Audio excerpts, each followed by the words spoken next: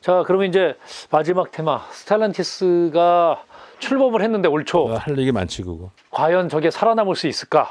공식적으로 FCA랑 이제 프랑스 1등 회사랑 푸조 시트로행 합쳤는데 제일 큰 가능성은 타바레스가 역시 이제 CEO를 맡아서 타바레스가 푸조 오기 전에 카를로스 건한테 혹독하게 교육받은 구조조정, 커스트 커터의 전문가라. 그럼 코스트 커팅만 하면. 네, 아마 그거가 제일 먼저 하지 않을까.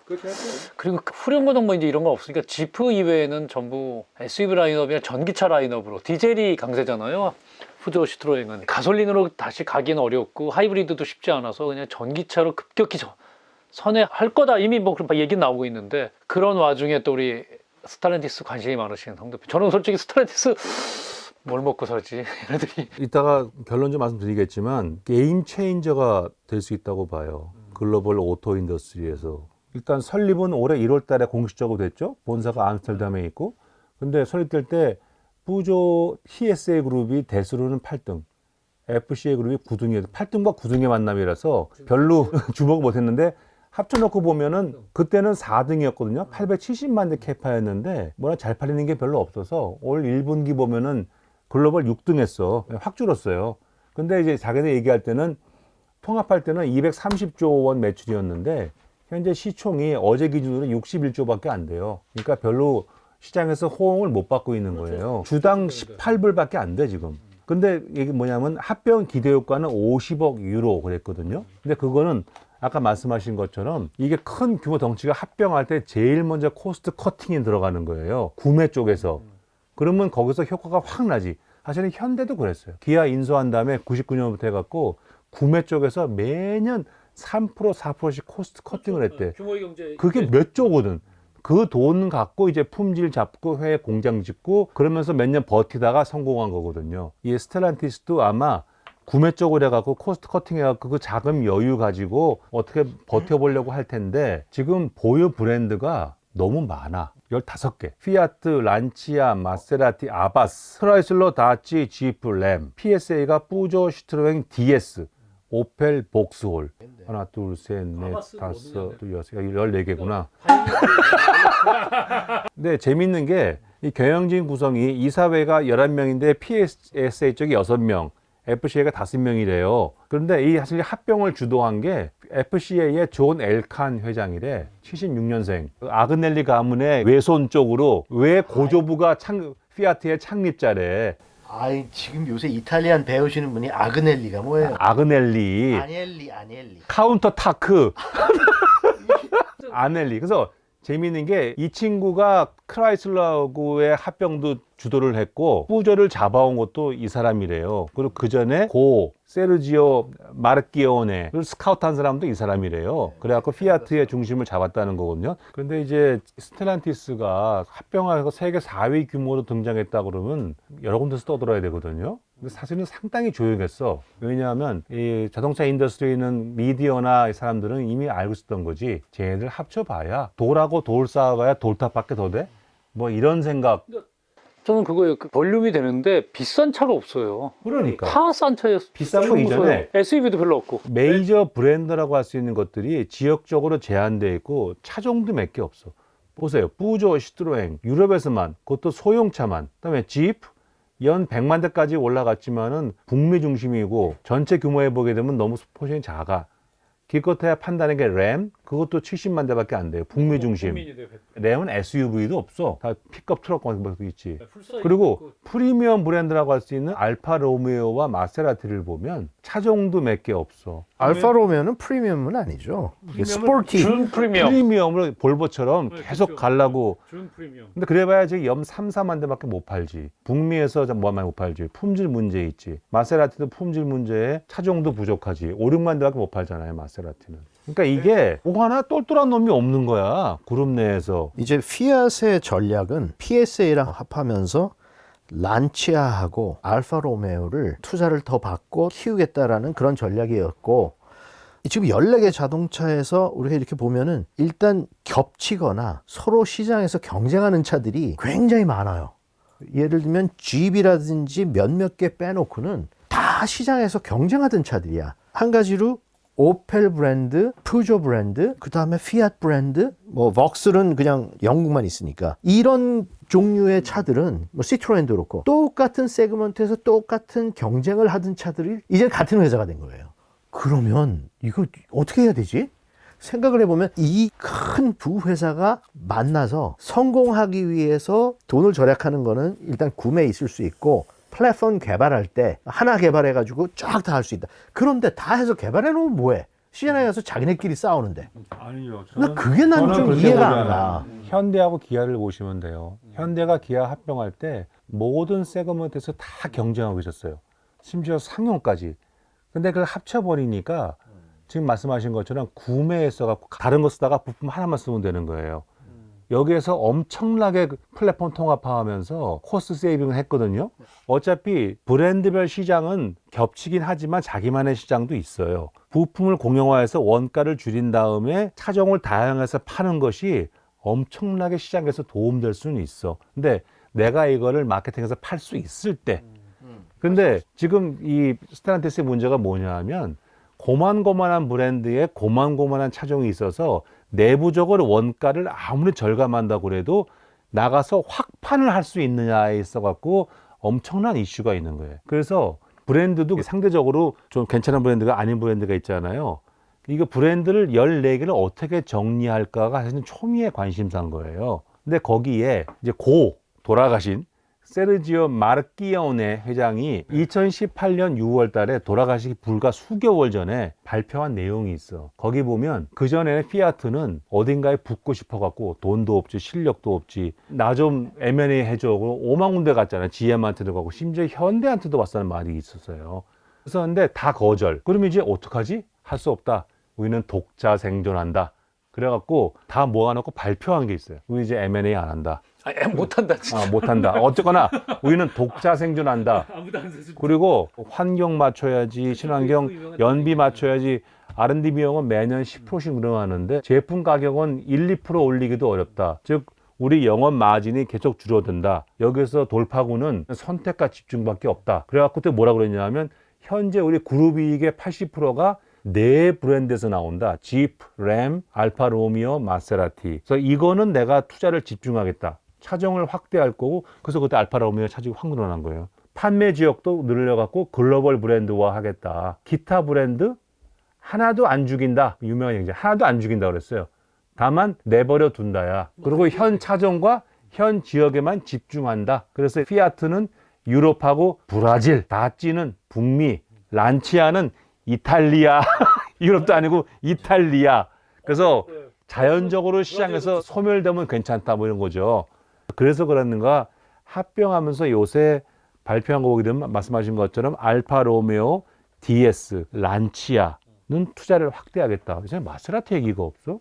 그다음에 2025년부터 전동화한다 하는데 사실 제일 큰 문제가 여기는 미래 기술이 없잖아요. 전동화라고 해서 일렉트리피케이션 거기에는 전기차, 하이브리드, 이제 수소 연료 전지까지 내지는 IT 자율주행까지 다 포함하는 컨셉인데 그 기술이 거의 없어요. 그리고 지금 그룹 내 캐시카우도 없다 보니까 돈 대기도 어려워. 그러니까 이제 우리 모여서 이제 뭐 하지? 지금 이렇게 된 것 같아요. 모여서 뭐 하는지는 알아요, 저는. 뭐예요? 예를 들면 와인 마셔요? 맛있는 거. 이태리 사람들은 모이면 5명이 모이면 1명이 일하고 나머지 4명은 구경하고 있어요. 프랑스 사람들은 5명이 모이면 1명이 일하고 나머지 4명이 떠들고 있어.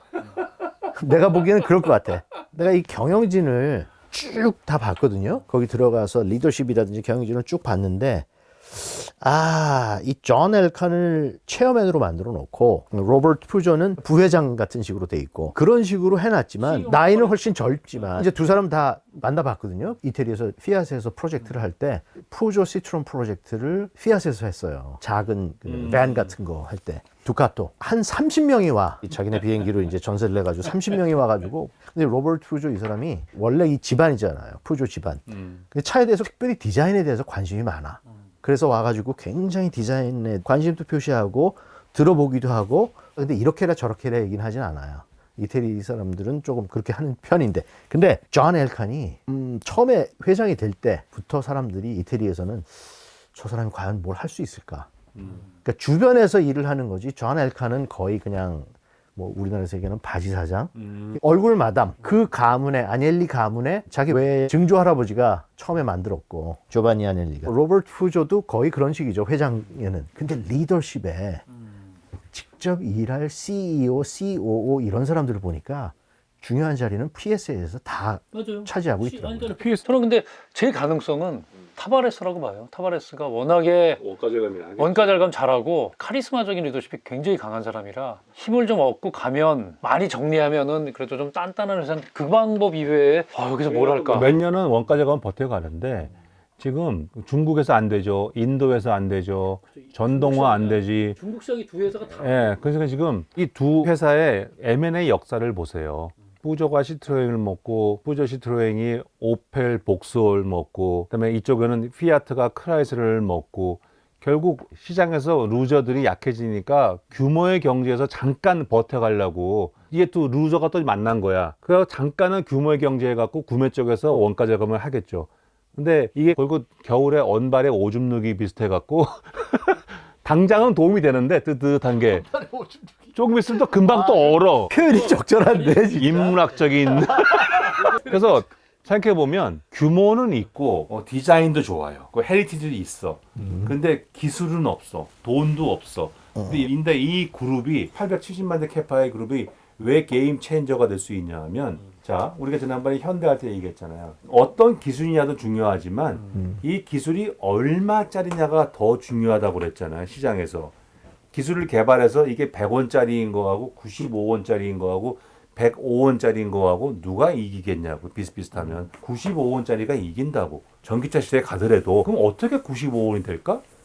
만든 엔드 프로덕트, 최종 물품을 나누는 수밖에 없어. 그러면 예를 들어서 현대가 전기차 플랫폼을 개발했는데 스텔란티스하고 해가지고 이쪽에 플랫폼이 없으니까 850만 대 캐파하고 이 플랫폼을 쉐어한다고 생각해 보세요. 여기서도 규모의 경제가 발생을 하는 거야. 혼다가 전기차를 개발했는데 혼다는 400만 대밖에 안 돼. 경쟁이 될까요? 그래서 스텔란티스 그룹이 어느 쪽으로 가느냐에 따라서 지금 벌써 전기차에는 폭스바겐, GM, 도요타, 현대, 테슬라는 잘 모르겠고 지금 이렇게 되어 있는데 얘가 어디로 가느냐에 따라서 판도가 엄청나게 봐. 850만 대의 이 캐파가 원가를 분담해준다. 이거는 어마어마한 얘기거든요. 근데 그게 전기차라는 게 뭐 하나의 플랫폼 가지고 850만 대를 할 수는 없는 거니까. 전기차가 되든 퓨얼셀이 되든 하이브리드가 되든 스텔란티스만 잡으면 이 잡는 놈이 이기는 거야. 맞아요. 그죠? 왜냐하면 스텔란티스의 직원 수가 40만 40만 명이야. 그것만 잡아도 40만 대야. 40만 대야.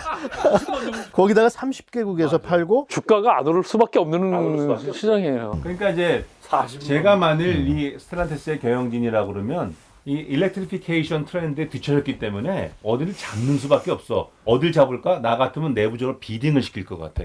나한테 어떤 조건으로 줄래? 폭스바겐, GM.